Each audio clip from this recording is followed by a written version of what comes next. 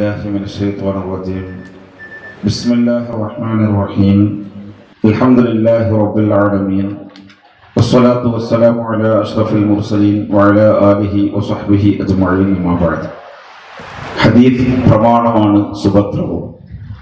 തിരുദൂതർ സ്വല്ലല്ലാഹു അലൈഹി വസല്ലമയുടെ മൊഴികൾ, ചെയ്തികൾ, മൗനാനുവാദങ്ങൾ, സ്വഭാവവിശേഷങ്ങൾ, ജീവിതചര്യകൾ എന്നിവയെല്ലാം ഉൾക്കൊള്ളുന്ന വിശാലമായ ആശയമാണ് ഹദീസ് എന്നതുകൊണ്ട് ഉദ്ദേശിക്കപ്പെടുന്നത്. അതിന്റെ പര്യായമാണ് സുന്നത്ത്. നബിയുടെ വ്യക്തിത്വത്തിന്റെ വൈവിധ്യമാർന്ന തലങ്ങളെക്കുറിച്ചുള്ള ശാസ്ത്രമാണിത്. തുഹ്ഫ പറയുന്നു, ഹുവ ഇൽമുൻ യുറഫു ബിഹി അഹ്വാലു ദാത്തി റസൂലില്ലാഹി സ്വല്ലല്ലാഹു അലൈഹി വസല്ലം ഖൗലൻ വഫിഅലൻ വസിഫതൻ. തുഹ്ഫ 1:56. തിരുനബിയുടെ 63 വർഷക്കാല ജീവിതം മുഴുവനുമാണ് സുന്നത്തെന്ന് ചുരുക്കം. ആയുഷ്കാലത്തിനിടയിലെ ആട്ടനക്കങ്ങൾ മുഴുവനും ഒപ്പിയെടുത്ത് വാമൊഴികളായും വരമൊഴികളായും പകർന്നു നൽകുന്ന അത്യന്തം ശ്രമകരവും കൗതുകജന്യവുമായ പ്രക്രിയയിലൂടെയാണ് തിരുസുന്നത്തിന്റെ ആധികാരികതയും സുരക്ഷിതത്വവും സാധ്യമാകുന്നത്. വിശുദ്ധ ഖുർആനിന്റെ വിവരണമാണല്ലോ സുന്നത്ത്. ഖുർആനിന്റെ സുരക്ഷിതത്വം അള്ളാഹു തന്നെ ഏറ്റെടുത്തതാണ്. അതിന്റെ പൂർണ്ണതയ്ക്ക് വിവരണമായ സുന്നത്തും സുരക്ഷിതമായിരിക്കണം. ഖുർആൻ മാത്രം സുരക്ഷിതവും വിവരണമായ സുന്നത്ത് സുരക്ഷിതമല്ലെന്നുമുള്ള ജൽപ്പനം ബാലിശമാണ്, അപകടകരവും. എന്നാൽ രണ്ടിനും സ്വന്തമായ മഹത്വവും അസ്തിത്വവും ഉള്ളതിനാൽ ഓരോന്നിനും അനുയോജ്യമായ സുരക്ഷിതത്വമാണ് അള്ളാഹു നിശ്ചയിച്ചിട്ടുള്ളത്. സൃഷ്ടിയാതീതമായ വചന സംയുക്തമാണ് വിശുദ്ധ ഖുർആൻ. അതിന്റെ പദങ്ങളും ആശയങ്ങളും അക്ഷരങ്ങളും വരെ പ്രധാനവും പരിശുദ്ധവുമാണ്. സുന്നത്തിൽ ആശയങ്ങളാണ് പരമപ്രാധാന്യം അർഹിക്കുന്നത്. അക്ഷരങ്ങൾക്കും പദങ്ങൾക്കും ഉപരിസൂചിത സുരക്ഷിതത്വം ഇല്ല.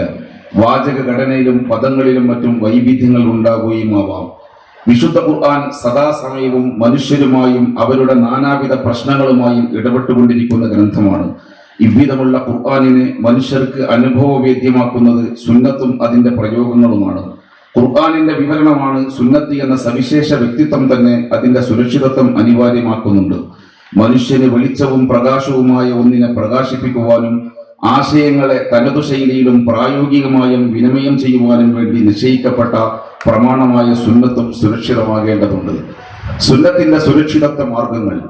തിരുസുന്നത്തിന്റെ ഓരോ ഭാഗങ്ങളും മൊത്തമായി ശേഖരിക്കുവാൻ തിരുനബിയുടെ കാലം മുതൽ ശ്രമങ്ങൾ ഉണ്ടായിട്ടുണ്ട്.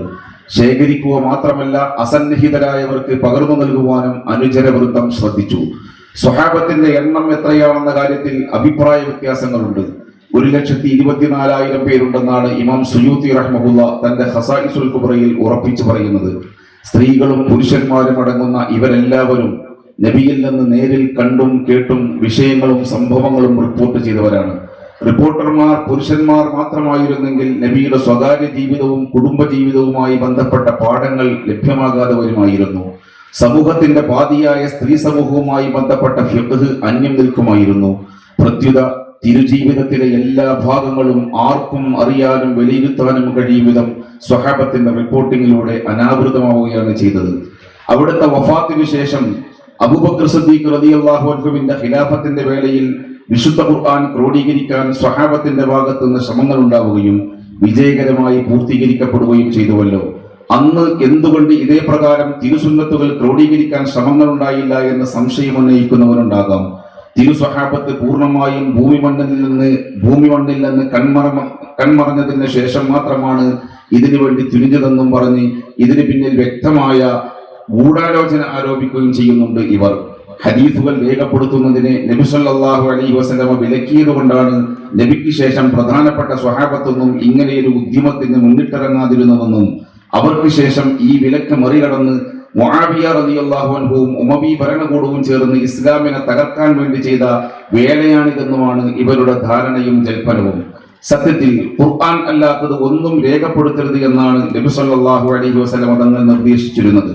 ലാ തക്തുബു അന്നി ശൈഅൻ ഗൈറൽ ഖുർആൻ റവാഹു മുസ്ലിം. ഇതാണ് ഹദീസിന്റെ വാചകം. ഹദീസിന് മാത്രമായുള്ള വിലക്കല്ല ഇത്.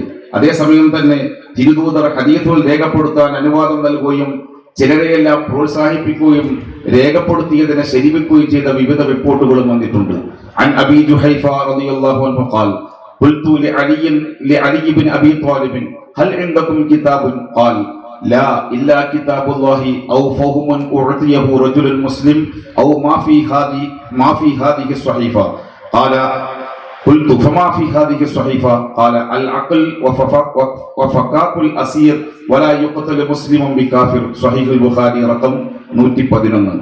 അബൂ ജുഹൈഫ റളിയല്ലാഹു അൻഹു ഒരിക്കൽ അലി റളിയല്ലാഹു അൻഹുവിനോട് ചോദിച്ചു, അങ്ങയുടെ പക്കൽ നബി തങ്ങൾക്ക് അവതരിച്ച വഹയിൽ നിന്ന് രേഖപ്പെടുത്തപ്പെട്ട വല്ല രേഖയുമുണ്ടോ? അള്ളാഹുവിന്റെ കിതാബ്, മുസ്ലിമായ മനുഷ്യന് നൽകപ്പെട്ട ഫിഖ്ഹ്, ഈ ഏട്ടിലുള്ളതും ഒഴികെ മറ്റൊന്നുമില്ല. അലിയാർ മറുപടി പറഞ്ഞു, എന്താണ് പ്രസ്തുത ഏടിലുള്ളത്? അബൂ ജുഹൈഫ ചോദിച്ചു, ആക്രമിക്കപ്പെട്ടവർക്കുള്ള നഷ്ടപരിഹാരത്തിന്റെ വിധികൾ, വിധങ്ങൾ, വിഭാഗങ്ങൾ എന്നിവയും ശത്രുവിന്റെ കരവലയത്തിലകപ്പെട്ട ബന്ദികളെ മോചിപ്പിക്കുന്നതിന്റെ വിധികളും അതിനുള്ള പ്രചോദനവുമാണ് അതിലെ ഉള്ളടക്കം. കിതാബുൽ ഇൽം, ഫത്ഹുൽ ബാരി നോക്കുക. അലിയാരുടെ ഈ സ്വഹീഫത്ത് ഖുർആൻ എന്ന ദൈവിക ഗ്രന്ഥത്തിന്റെ പുറമെയുള്ളതാണെന്ന് വ്യക്തമാണല്ലോ. അലിയാർ തങ്ങൾക്ക് പുറമെ മറ്റു സ്വഹാബിമാർക്കും സ്വഹീഫത്തുകൾ ഉണ്ടായിരുന്നു. Jabir, Anas bin Malik, Abdullahi bin Amr റളിയല്ലാഹു അൻഹും എന്നിവർ അവരിൽ ചിലരാണ്. അസ്വാദിഖ എന്നായിരുന്നു അബ്ദുല്ലാഹി ബിൻ അംറിന്റെ സ്വഹീഫത്തിന്റെ പേര്.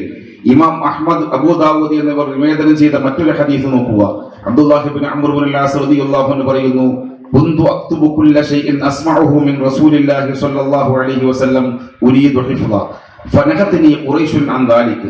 തിരുദൂതരിൽ നിന്ന് കേട്ട മുഴുവൻ കാര്യങ്ങളും ഞാൻ എഴുതി വെക്കാറുണ്ടായിരുന്നു. എന്നാൽ ഒരിക്കൽ ഖുറൈശികൾ എന്നെ അതിൽ നിന്ന് തടഞ്ഞു. നബിക്ക് ദേഷ്യം വരുമ്പോഴും അല്ലാത്തപ്പോഴുമായി ഉരുവിട്ട വാചകങ്ങളെല്ലാം രേഖപ്പെടുത്തി വെച്ചാൽ അവയെ സന്ദർഭത്തിൽ നിന്ന് അടർത്തിയെടുത്ത് ദുരുപയോഗം ചെയ്യപ്പെടുമോ എന്ന ആശങ്കയായിരുന്നു അവർക്ക്. ഞാൻ അതോടെ എഴുത്തു നിർത്തുകയും നബിയോട് ഈ വിവരം പറയുകയും ചെയ്തു.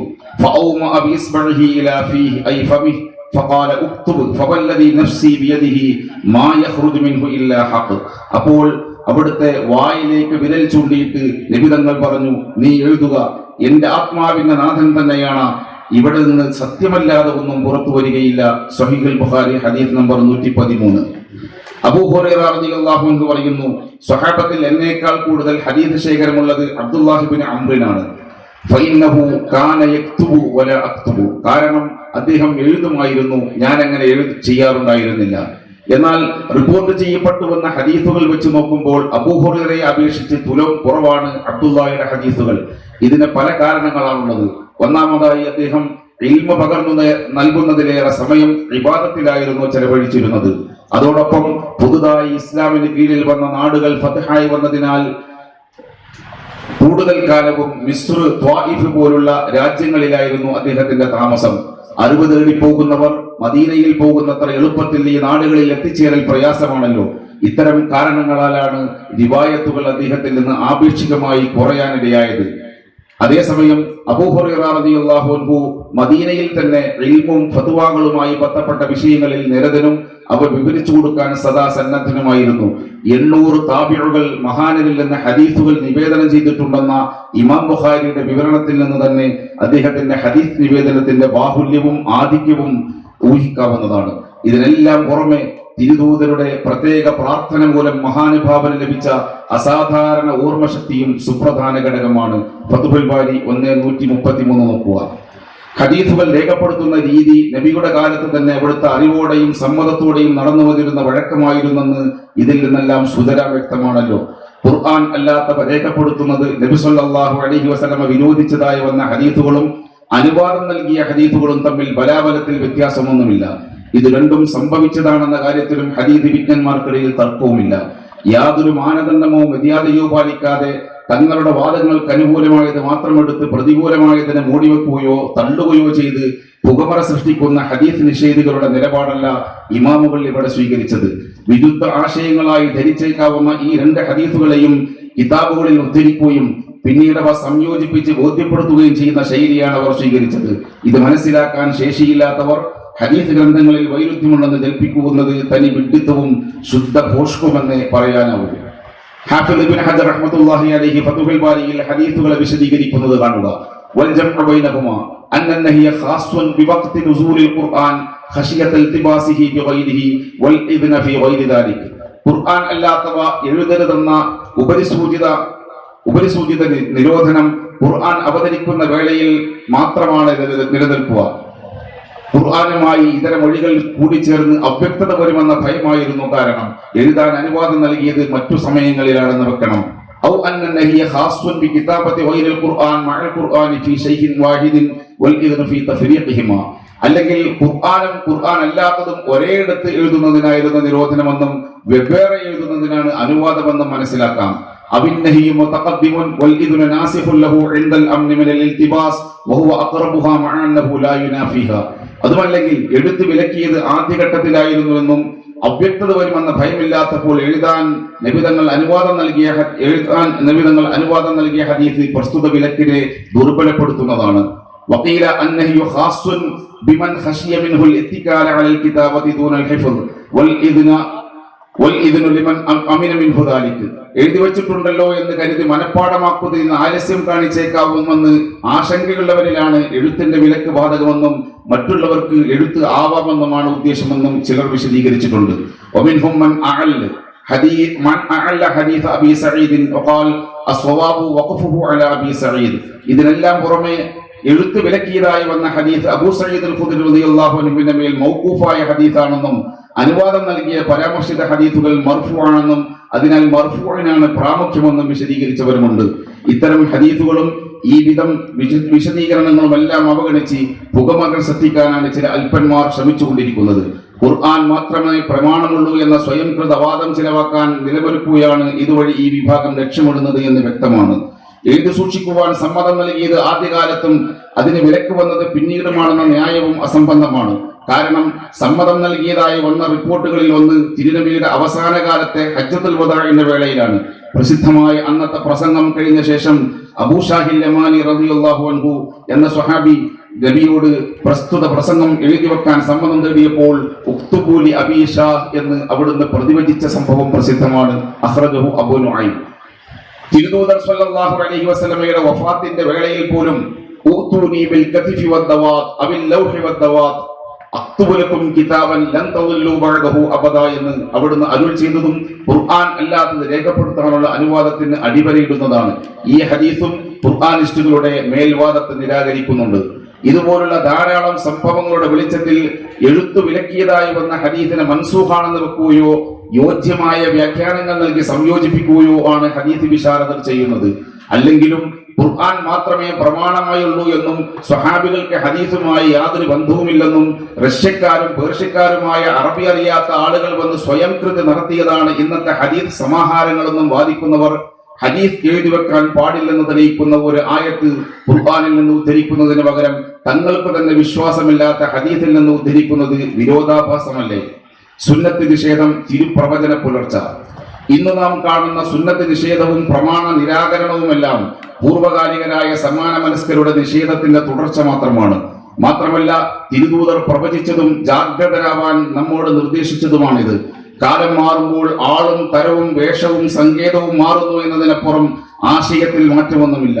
ഇമാം അഹ്മദ്, അബൂദാവൂദ് എന്നിവർ നിവേദനം ചെയ്ത സ്വഹീഹായ ഹദീസിൽ ഇങ്ങനെ വായിക്കാം: അലാ ഇന്നി ഊതീതുൽ ഖുർആന വമിസ്ലഹു മഅഹ് അലാ യൂഷികു റജുലുൻ ശബആനു അലാ അരീകതിഹി യഖൂൽ അലൈക്കും ബിഹാദൽ ഖുർആൻ ഫമാ വജദ്തും ഫീഹി മിൻ ഹലാലിൻ ഫഅഹില്ലൂഹു വമാ വജദ്തും ഫീഹി മിൻ ഹറാമിൻ ഫഹദ്ദിമൂഹു വഇന്നമാ ഹറമ റസൂലുള്ളാഹി സ്വല്ലല്ലാഹു അലൈഹി വസല്ലം കമാ ഹറമല്ലാഹ്. അറിയുക, നിശ്ചയം എനിക്ക് ഖുർആൻ മാത്രമല്ല തുല്യ പ്രാധാന്യമുള്ള മറ്റൊന്നുകൂടെ നൽകപ്പെട്ടിട്ടുണ്ട്. നിങ്ങൾ ജാഗ്രത പാലിക്കുവീൻ. മൂഢനായ മനുഷ്യൻ അവന്റെ ചാരുകസേരയിൽ ചാരിയിരുന്നു കൊണ്ട് ഇങ്ങനെ പറയാനിരുന്നുണ്ട്: നിങ്ങൾ ഖുർആൻ മുറുകെ പിടിക്കുവീൻ, അതിൽ കാണുന്ന ഹലാലുകളെ നിങ്ങൾ ഹലാലാക്കുവീൻ, ഹറാമുകളെ ഹറാമാക്കുകയും ചെയ്യുകയെന്ന്. നിശ്ചയം അള്ളാഹുവിന്റെ റസൂൽ നിഷിദ്ധമാക്കിയ കാര്യങ്ങൾ അള്ളാഹു നിഷിദ്ധമാക്കിയതുപോലെയാണ്. എല്ലാ പ്രശ്നങ്ങൾക്കും ഖുർആൻ മാത്രം മതിയെന്നോ? മനുഷ്യർ നേരിടുന്ന സകല പ്രശ്നങ്ങൾക്കും പരിഹാരമായി ഖുർആൻ മാത്രം മതി. ഹദീസുകൾ ഖുർആനുമായി പലപ്പോഴും ഇടയുന്നതിനാൽ സ്വീകാര്യമല്ല, മാത്രമല്ല അവർക്ക് സുരക്ഷിതത്വമില്ല എന്നിങ്ങനെ പിഴച്ച വാദങ്ങൾ ഉന്നയിക്കുന്നവരാണ് ഹദീസ് നിഷേധികളും ഖുർആനിസ്റ്റുകളും. ഖുർആനിക വിജ്ഞാനീയങ്ങളിൽ നിന്ന് നിർദ്ധാരണം ചെയ്ത് സമാഹരിക്കപ്പെട്ട കർമ്മശാസ്ത്ര നിയമങ്ങളെ നിരാകരിക്കുവാനും അതുവഴി രൂപം കൊണ്ട ഫിഖ്ഹി മദ്ഹബുകളെ അസംബന്ധബന്ധ വിധികൽപ്പിക്കുവാനും വേണ്ടി പടച്ചുണ്ടാക്കപ്പെട്ട ആശയമാണിത്. സ്വഹാബത്തിന്റെ കാലത്ത് നടന്ന വൈജ്ഞാനിക ചർച്ചകളിൽ നിന്ന് തന്നെ ഇതിന്റെ ഉത്തരം നമുക്ക് മനസ്സിലാക്കാൻ കഴിയും. കൈകളിൽ പച്ചകുത്തുന്ന പോലുള്ള തെറ്റായ കാര്യങ്ങൾ ചെയ്യുന്നവരെ തിരുദൂതർ സ്വല്ലല്ലാഹു അലൈഹി വസല്ലമ ശപിച്ചതായി ഇബ്നു മസ്ഊദ് റളിയല്ലാഹു അൻഹുവിൽ നിന്ന് വന്ന ഹദീസുകളെ കുറിച്ച് സംശയമുന്നയിക്കുന്ന ഒരു സ്ത്രീ അദ്ദേഹത്തിന്റെ സദസ്സിൽ വന്ന് ചോദിച്ചു: നിങ്ങൾ ഇപ്രകാരം പറയുന്നതായി കേൾക്കുന്നുവല്ലോ, ഈ രണ്ട് പലകകൾക്കിടയിലുള്ള ഏട് ഞാൻ ഓതിയിട്ടുണ്ട്, ഞാനിതുവരെ നിങ്ങൾ പറയുന്ന പോലെ എന്ന് കണ്ടിട്ടില്ലല്ലോ. ഇബ്നു മസ്ഊദ്, നിങ്ങൾ ഒരിക്കൽ കൂടി ഖുർആൻ ഓതി വരുവീൻ. അത് പ്രകാരം അവർ തിരിച്ചുപോയി ഖുർആൻ ഓതിയതിനു ശേഷം വീണ്ടും വന്ന് പ്രസ്തുത വിഷയം കണ്ടില്ലെന്ന് പ്രതികരിച്ചു. ഇബ്നു മസ്ഊദ്, നിങ്ങൾ വമാ ആതാകുമുർ റസൂലു ഫഖുദൂഹു വമാ നഹാകും അൻഹു ഫന്തഹു എന്ന ആയത്ത് ഓതിയിട്ടുണ്ടോ? സ്ത്രീ, ഞാൻ ഓതിയിട്ടുണ്ടല്ലോ.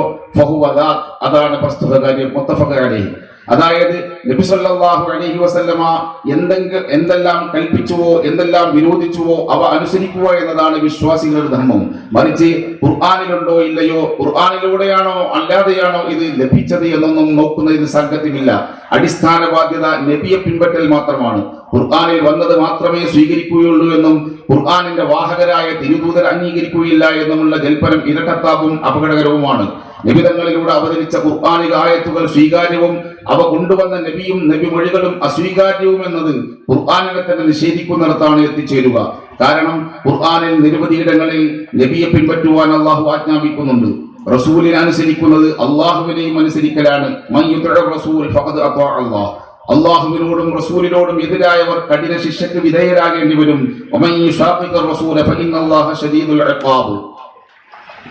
മഹത്തായ വിജയം, അതായത് സ്വർഗം ലഭിക്കാനും അള്ളാഹുവിനോടൊപ്പം തിരുദൂതനെയും അനുസരിക്കണം. ഇങ്ങനെ നിരവധി ആയത്തുകളിലൂടെ നബിയെ അനുസരിക്കുവാൻ അള്ളാഹു ആഹ്വാനം ചെയ്യുന്നുണ്ട്. ഈമാൻ എന്നാൽ തന്നെ നബി അള്ളാഹുവിൽ നിന്ന് കൊണ്ടുവന്നതാണെന്ന് ഏവർക്കും സുതരാം ബോധ്യമാകുന്ന അറിവുകളിലെല്ലാം നബി സത്യവാനാണെന്ന് വിശ്വസിക്കലാണല്ലോ.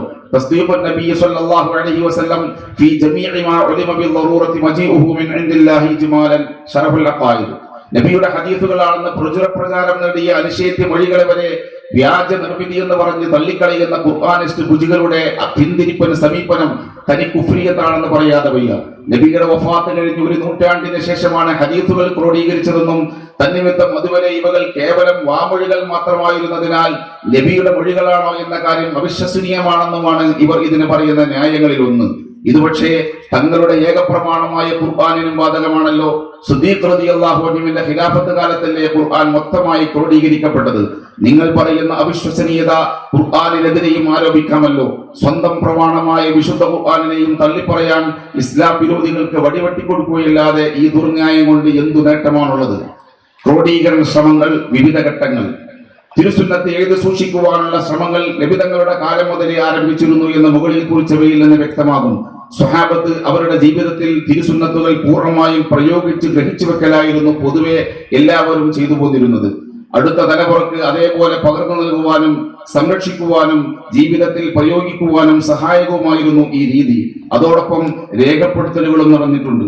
സുന്നത്തിന്റെ ശേഖരണം പ്രധാനമായും 3 ഘട്ടങ്ങളായി തിരിക്കാം. മേൽ പരാമർശിക്കപ്പെട്ട പോലെ ഒറ്റപ്പെട്ട നിലയിലുള്ള രേഖപ്പെടുത്തലുകൾ തിരുനബിയുടെ കാലം മുതൽ ആരംഭിച്ചതാണിത്. അബ്ദുല്ലാഹി ഇബ്നു അംറിന് ഈ വിധം രേഖീയമായ ഒരു നോട്ട്സ് തന്നെ, സ്വഹീഫത്ത് തന്നെ സ്വന്തമായി ഉണ്ടായിരുന്നുവെന്നും അദ്ദേഹത്തിന് മാത്രമല്ല നബിയുടെ ഖാദിമായിരുന്ന അനസ് റളിയല്ലാഹു അൻഹുവിനും ഇതേപോലെ സ്വഹീഫത്ത് ഉണ്ടായിരുന്നുവെന്ന് മുകളിൽ സൂചിപ്പിച്ചുവല്ലോ. അനസ് റളിയല്ലാഹു അൻഹു തന്റെ നോട്ട്സുകളെ കുറിച്ച് ഇന്നി അറൽതുഹാ അലാ റസൂലില്ലാഹി സ്വല്ലല്ലാഹു അലൈഹി വസല്ലം, ഞാനത് തിരുദൂതരുടെ മുമ്പിൽ സമർപ്പിച്ചിരുന്നു എന്ന് പറഞ്ഞിട്ടുണ്ട്.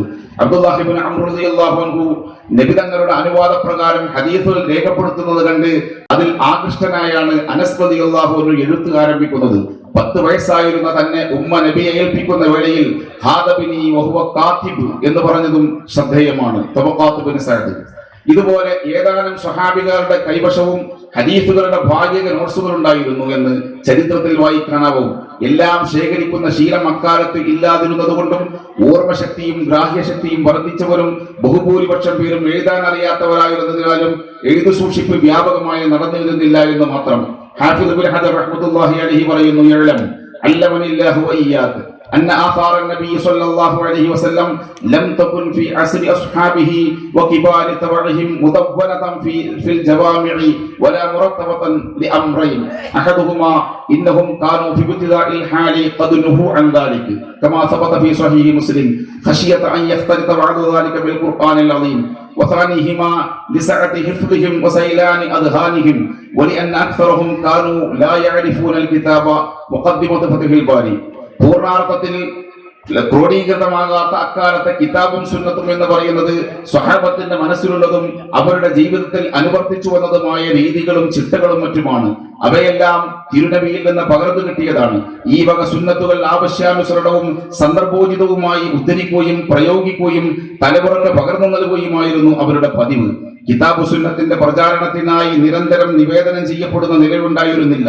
നബിയോട് ഏറ്റവും അധികം സഹവസിച്ച സിദ്ദീഖ് റളിയല്ലാഹു അൻഹുവിനായിരിക്കുമല്ലോ നബിയുടെ സുന്നത്തുകൾ സംബന്ധമായി കൂടുതൽ അറിവുണ്ടാവുക. എന്നാൽ മഹാനിൽ നിന്ന് 142 ഹദീസുകൾ മാത്രമാണ് റിപ്പോർട്ട് ചെയ്യപ്പെട്ടു വന്നിട്ടുള്ളത്. ഇമാം നബവി റഹ്മത്തുള്ളാഹി അലൈഹി പറയുന്നു, വസബബു ഖില്ലത്തി റിവായാതിഹി മഅ തഖദ്ദുമി സുഹ്ബതിഹി വമുലാസമതിഹി നബിയ്യ സ്വല്ലല്ലാഹു അലൈഹി വസല്ലം അന്നഹു തഖദ്ദമത് വഫാതുഹു ഖബല ഇന്തിശാരിൽ അഹാദീസ് വഇത്നാഇ താബിഈൻ ബിസമാഇഹാ വതഹ്സീലിഹാ വഹിഫ്ദിഹാ. ഇൻതഹാ തഹദീബുൽ അസ്മാഇ വൽ ലുഗാത്ത് സഫഹ 2182.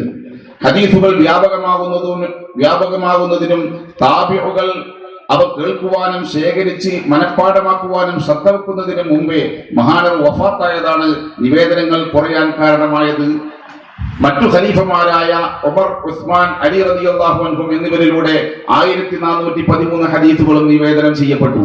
പ്രബോധനത്തിന്റെ പ്രാരംഭ ദശ മുതൽ നബിയോടൊപ്പം ചേർന്ന് നിന്ന് ജീവിച്ച ഈ ഖലീഫമാരിൽ നിന്ന് ഇത്രയും കുറഞ്ഞ ഹദീസുകളെ നിവേദനം ചെയ്യപ്പെട്ടിട്ടുള്ളൂ എന്ന് വരുമ്പോൾ അത് അവരുടെ അറിവ് കുറവല്ലെന്ന കാര്യം വ്യക്തമാണ്. തിരുനബിയിൽ നിന്ന് ഉദ്ധരിക്കുന്ന മൊഴികളിൽ അവർ കാണിച്ച അതീവ സൂക്ഷ്മതയും ജാഗ്രതയും ഒരു നിമിത്തമായിട്ടുണ്ട്. മാത്രമല്ല, നബിയെ ഉദ്ധരിക്കേണ്ട അവശ്യ സന്ദർഭങ്ങളിൽ മാത്രം ഉദ്ധരിക്കുകയും അനാവശ്യ ഇടപെടലുകൾ വർജിക്കുകയും ചെയ്തു പോകുന്നവരായിരുന്നു സ്വഹാബത്ത്. അധികം സ്വഹാബിമാരും മക്കയിലും മദീനയിലുമാണ് താമസിച്ചിരുന്നത്. പ്രസ്തുത സാഹചര്യത്തിൽ ഹദീസുകൾ നിരന്തരം ഉദ്ധരിക്കേണ്ട വർദ്ധിച്ച ആവശ്യം വരുന്നുമില്ല. ഖിലാഫത്തിന്റെ ദശകങ്ങളിൽ ഏതുതരം നൂതന പ്രശ്നങ്ങൾക്കും ഖലീഫയുടെ നേതൃത്വത്തിൽ തീരുമാനമെടുക്കുകയും ചെയ്യും. ഖുർആനിൽ വ്യക്തമാക്കാത്ത വിഷയങ്ങളിൽ ഖലീഫമാരുടെ അടുത്ത് സുന്നത്തില്ലെങ്കിൽ ഇതര സ്വഹാബിമാരോട് ചോദിച്ച് വ്യക്തത വരുത്തി അവരത് ശേഖരിക്കും. അതുമല്ലെങ്കിൽ സ്വഹാബി പ്രമുഖരോട് കൂടിയാലോചിച്ച് തീരുമാനമെടുക്കും. അഭിപ്രായ വ്യത്യാസമുണ്ടാകുമ്പോൾ കൂടുതൽ പ്രമാണബദ്ധവും ന്യായയുക്തവുമായത് തെരഞ്ഞെടുത്ത് ഖലീഫ നടപ്പിലാക്കും. ഖുർആൻ സുന്നത്തിൽ വ്യക്തമല്ലാത്ത പ്രശ്നങ്ങളിൽ വ്യക്തമായി വന്നതിനോട് താരതമ്യം ചെയ്ത് വിധി തീർപ്പിലെത്തും. ഈ നിലയിൽ ഖിലാഫത്ത് റാഷിദയുടെ കാലത്ത് ഖുർആൻ സുന്നത്ത് എന്നീ 2 പ്രമാണങ്ങൾക്കൊപ്പം ഇജ്മാഅ് ഖിയാസി എന്നീ 2 പ്രമാണങ്ങൾ കൂടി രൂപം കൊള്ളുകയുണ്ടായി. ഇവയുടെ സാധ്യതയും അനിവാര്യതയും വിശുദ്ധ ഖുർആൻ തന്നെ വിവരിക്കുന്നുണ്ട്. മൗലാനയുടെ വഹാബിസം 2ാം ഭാഗം നോക്കുക. താബിഈകളുടെ പരിശ്രമങ്ങൾ. അസാധാരണ ഓർമ്മശക്തിയുടെ ഉടമകളായിരുന്ന താബിഈകളിൽ ചിലർ ഹദീസുകൾ രേഖപ്പെടുത്തുന്നതിനെ നിരുത്സാഹപ്പെടുത്തിയിരുന്നു. ഹിഫ്ളാണ് അവർ പ്രോത്സാഹിപ്പിച്ചിരുന്നത്. ബിഅ്സൽ മുസ്തൗദിഉൽ ഇൽമുൽ ഖറാതീസ് എന്ന് സുഫിയാൻ അസ്സൗരി റഹ്മത്തുള്ളാഹി അലൈഹി പറഞ്ഞതായി ഉദ്ധരിക്കപ്പെടുന്നുണ്ട്. അനേകം സലഫുകൾ ഹിഫ്ളിന്റെ സഹായകമെന്നോണം എഴുതി വെക്കാൻ നിർദ്ദേശിക്കുകയും ഹിഫ്ള് ഉറച്ചു കഴിഞ്ഞാൽ മായ്ച്ചു കളയുകയും ചെയ്യുമായിരുന്നു. അന്നകിരിമാ റളിയല്ലാഹു അൻഹു ഖാൽ കുന്നാ നഖത്തിൽ അഅറജ് വയഅതീഹി ഇബ്നു ശിഹാബ് فنكتب ولا يكتب ابن شهاب فربما كان الحديث فيه طول فيأخذ ابن شهاب ورقة من ورق الأعرج وكان الأعرج يكتب المصاحف ثم يكتب ثم يقرئه ثم يمحوه مكانه إلى آخره أخرجه البخاري في تاريخ الكبير. ഇക്രിമാ റളിയല്ലാഹു അൻഹു പറയുന്നു, ഞങ്ങൾ അബ്ദുറഹ്മാൻ ഇബ്നു ഹുർമുസി എന്ന മഹാഗുരുവിന്റെ സവിധത്തിൽ ചെല്ലുമായിരുന്നു. ഇമാം സുബ്രിയും ഇവിടെ വരാറുണ്ട്. ഞങ്ങൾ എഴുതും, അദ്ദേഹം എഴുതാറില്ലായിരുന്നു. ദീർഘമായ ഹദീസാണെങ്കിൽ അദ്ദേഹം ഗുരുവായ അഅറജിൽ നിന്ന് ഒരു തുണ്ടം കടലാസ് വാങ്ങി അതിൽ രേഖപ്പെടുത്തും. പിന്നീട് അത് ഗുരുവിന് ചൊല്ലിക്കൊടുത്തു കഴിഞ്ഞാൽ അവിടെ വെച്ച് തന്നെ മായ്ച്ചു കളയുകയും ചെയ്യുമായിരുന്നു. ഹദീസ് എഴുതുന്ന പതിവ് സ്വഹാബത്തിന്റെ കാലത്ത് നിലവിലില്ലായിരുന്നുവെന്നും അത് ഉമവികളുടെ ഗൂഢാലോചനയാണെന്നുമുള്ള ഖുർആനിസ്റ്റ് വാദഗതികളെ ഉദ്ധൃത സംഭവങ്ങൾ നിരാകരിക്കുന്നുണ്ട്. ഘട്ടം 2. ഹദീസുകളെ മൊത്തമായി ക്രോഡീകരിക്കുന്ന സുപ്രധാന ഘട്ടമാണിത്. 4 ഖലീഫമാർക്ക് ശേഷം ഭരണാധികാരികളിൽ നീതിയും തഖ്വായും കൊണ്ട് പുകഴ്ച നേടിയ ഖലീഫ ഉമർ ഇബ്നു അബ്ദുൽ അസീസ് റളിയല്ലാഹു അൻഹുവിന്റെ ഭരണ നേതൃത്വത്തിന് കീഴിൽ ഔദ്യോഗികമായി നടന്ന മഹായജ്ഞമായിരുന്നു ഇത്. ലഭ്യമാവുന്നിടത്തോളം ഹദീസുകളെ ശേഖരിക്കുകയാണ് ലക്ഷ്യം. ഹിജ്റ 100-ലായിരുന്നു ഇത്. മദീനയിലെ താബിഈ പ്രമുഖനും ഖാദിയും സർവ്വസ്വീകാര്യനും വിശ്വസ്തനുമായിരുന്ന ഖാദി അബൂബക്കർ ബിൻ ഹസ്മിനാണ് ഹദീസ് ശേഖരത്തിൽ വ്യാപൃതനാകുവാൻ കത്തെഴുതുകയാണ് ഖലീഫ ആദ്യമായി ചെയ്യുന്നത്. കതബ ഉമർ ഇബ്നു അബ്ദുൽ അസീസ് إلى أبي بكر بن حزم انظر ما كان من حديث رسول الله صلى الله عليه وسلم فإني خفت دروس العلم وذهاب العلماء ولا تقبل إلا أحاديث النبي صلى الله عليه وسلم تغليق التعليق للأسقلاني صفحة 2-8. ഹിജറ 36 ജനിച്ച ഇബ്നു ഹസം 120 വഫാത്താവുന്നത്. എന്നാണ് ഇമാം മാലിക് റഹ്മഹുല്ലാഹ് അദ്ദേഹത്തെ കുറിച്ച് വാഴ്ത്തിയത്. തന്റെ പിതാവ് അംർ ഇബ്നു ഹസ്മിന്റെ കൈവശമുണ്ടായിരുന്ന സ്വഹീഫത്തിന്റെ ഉടമയും കൂടിയായിരുന്നു അദ്ദേഹം. ക്രിമിനൽ നടപടികൾ, ധനകാര്യ വിഷയങ്ങൾ സംബന്ധിയായ ഹദീസുകളുടെ സമാഹാരമാണ് പ്രസ്തുത സ്വഹീഫത്ത്. അതോടൊപ്പം ഹദീസ് ക്രോഡീകരണത്തിൽ വ്യാപൃതരായിരുന്ന പണ്ഡിതന്മാരുടെ ജീവിതാവശ്യങ്ങൾക്ക് വേണ്ടി ഗവൺമെന്റ് വക ശമ്പളം നിശ്ചയിക്കുകയും ചെയ്തു. ഇത് സംബന്ധമായ ഖലീഫ ഹിജാസിലെ ഉദ്യോഗസ്ഥരെ എഴുതി അറിയിച്ചു. മുർ ലി അഹ്ലി സ്വലാഹി മിൻ ബൈത്തിൽ മാൽ ബിമാ യുഗ്നീഹിം ലിഅല്ലാ യുശ്ഗിലഹും ശൈഉൻ അൻ തിലാവത്തിൽ ഖുർആൻ വമാ ഹുമില മിനൽ അഹാദീസ് ശറഫു അസ്ഹാബിൽ ഹദീസ് സഫഹ 63.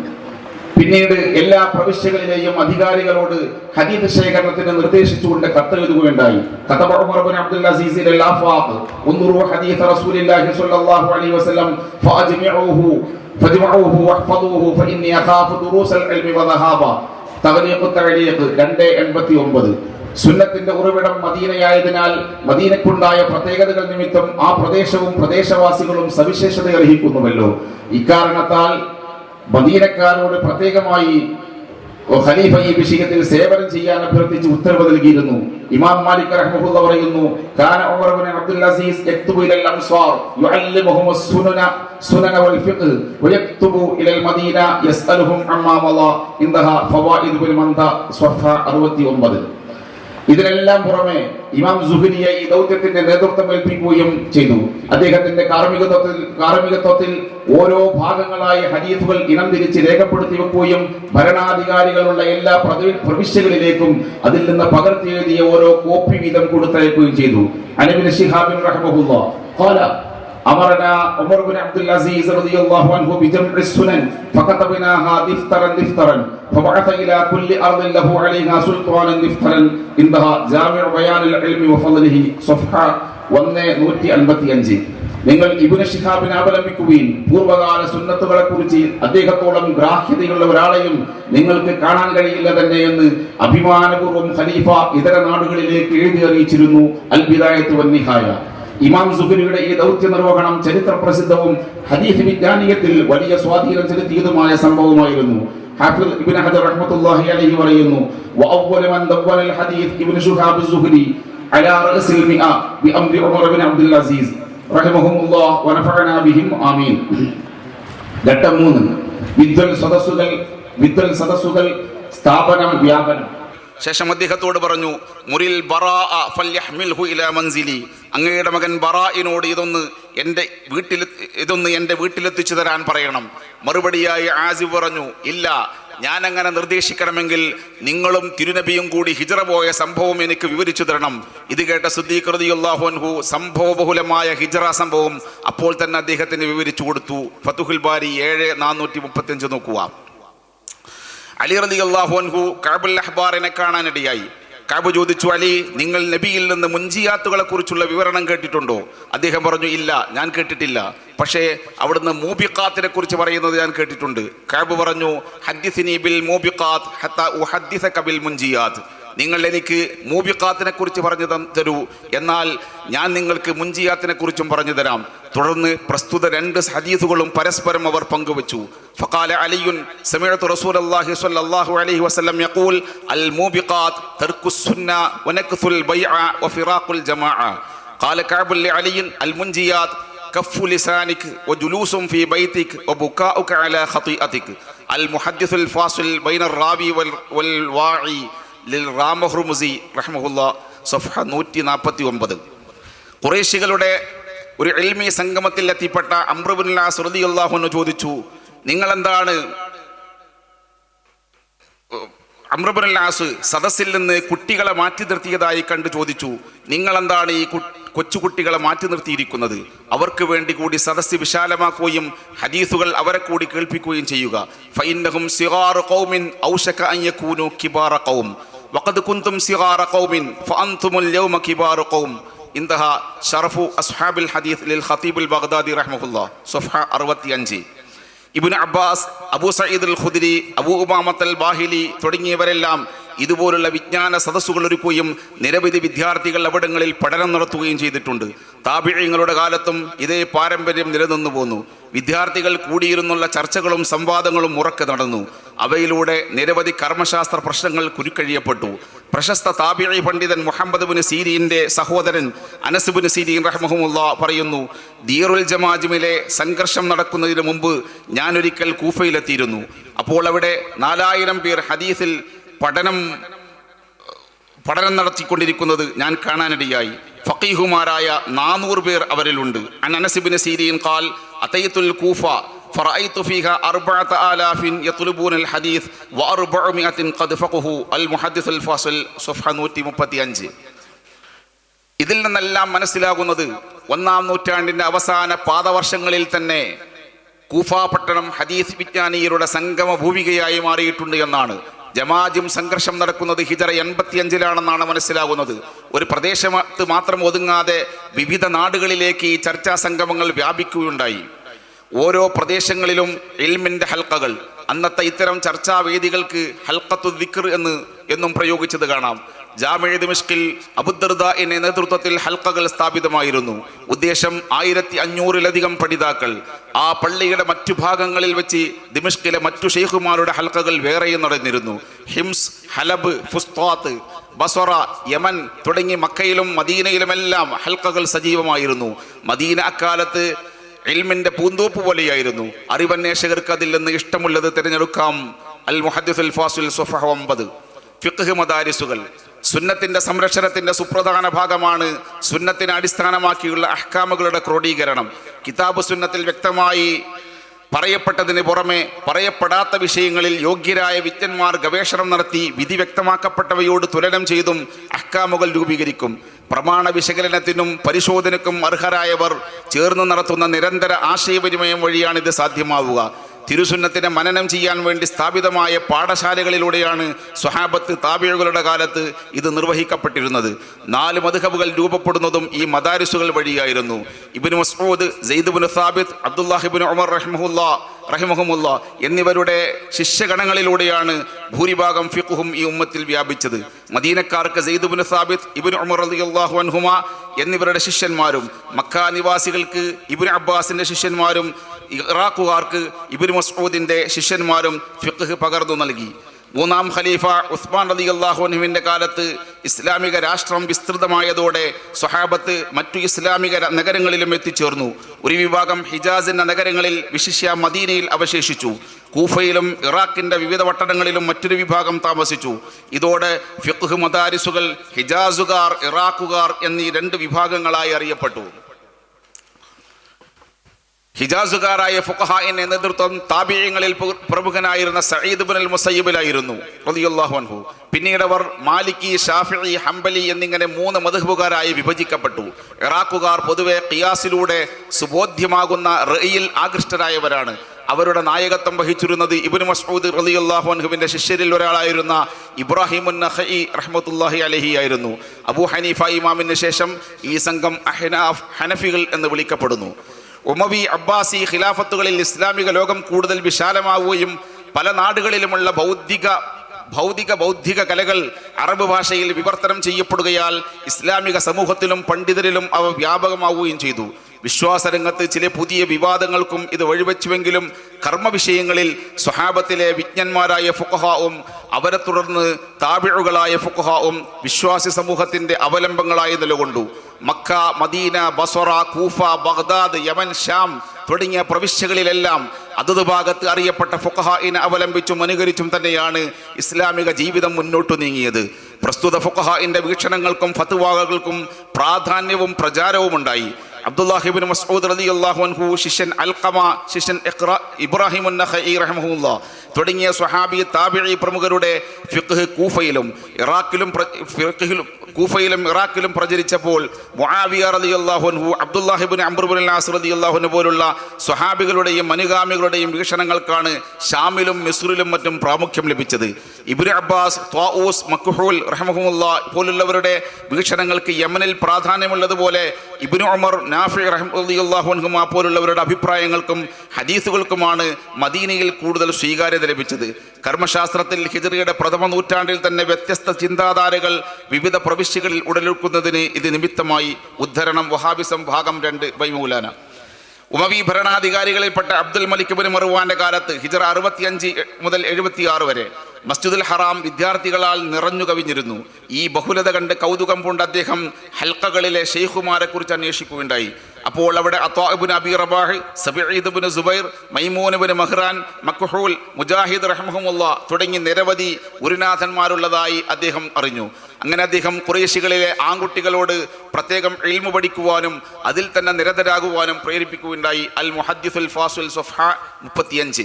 ഈ വിവരണങ്ങളിൽ നിന്ന് സ്വഹാബത്ത് താബിഈകളുടെയും അവരുടെ പിന്മുറക്കാരുടെയും തിരുസുന്നത്തിനോടുള്ള താല്പര്യവും സേവനവും എത്രയാണെന്ന് വ്യക്തമാകും.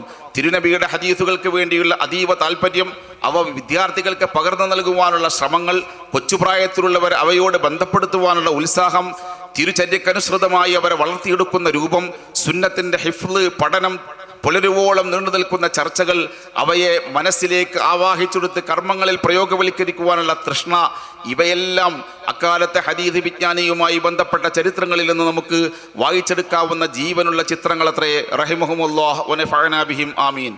വ്യാജ നിർമ്മിതികൾ. മുസ്ലിം ഉമ്മത്ത് ഖുലഫാഉർ റാഷിദീനിന്റെ കീഴിൽ ഏക സമൂഹമായി നിലകൊള്ളുന്ന കാലത്ത് സുന്നത്തുകൾ അതിൻ്റെ തെളിമയോടുകൂടി നിലനിന്നു. 3-ാം ഖലീഫ ഉസ്മാൻ റളിയല്ലാഹു അൻഹുവിൻ്റെ വധവുമായി ബന്ധപ്പെട്ടുണ്ടായ സംഘർഷത്തോടെ ജനങ്ങൾ വിവിധ ചേരികളായി പിരിഞ്ഞു. അതോടെ ഇസ്ലാമിക ലോകം അതിശക്തമായ പ്രഹരമേറ്റ നിലയിലായി. സംഘർഷാനന്തരം 4-ാം ഖലീഫ അലിയാർ തങ്ങളുടെ ഇമാറത്തിന് കീഴിൽ വീണ്ടും അവരുടെ ശബ്ദം ഒന്നായി മാറി. എങ്കിലും പുതിയ പുതിയ പ്രശ്നങ്ങളും വിദഈ ശക്തികളും നാമ്പെടുത്തുകൊണ്ടിരുന്നു. ഹിജാസുകാരും ഇറാഖുകാരും അലിയാരുടെ കീഴിലും ഷാം, ഈജിപ്ത് ദേശക്കാർ അന്നത്തെ ഷാം ഗവർണർ മുആവിയ റളിയല്ലാഹു അൻഹുവിൻ്റെ കീഴിലും അണിനിരന്നു. വലിയ യുദ്ധങ്ങൾക്ക് ഈ വിഭാഗീയത നിമിത്തമായി മാറി. ഖവാരിജി എന്ന ബിദഈ സംഘത്തിന്റെ ആരംഭം കുറിക്കപ്പെട്ടു.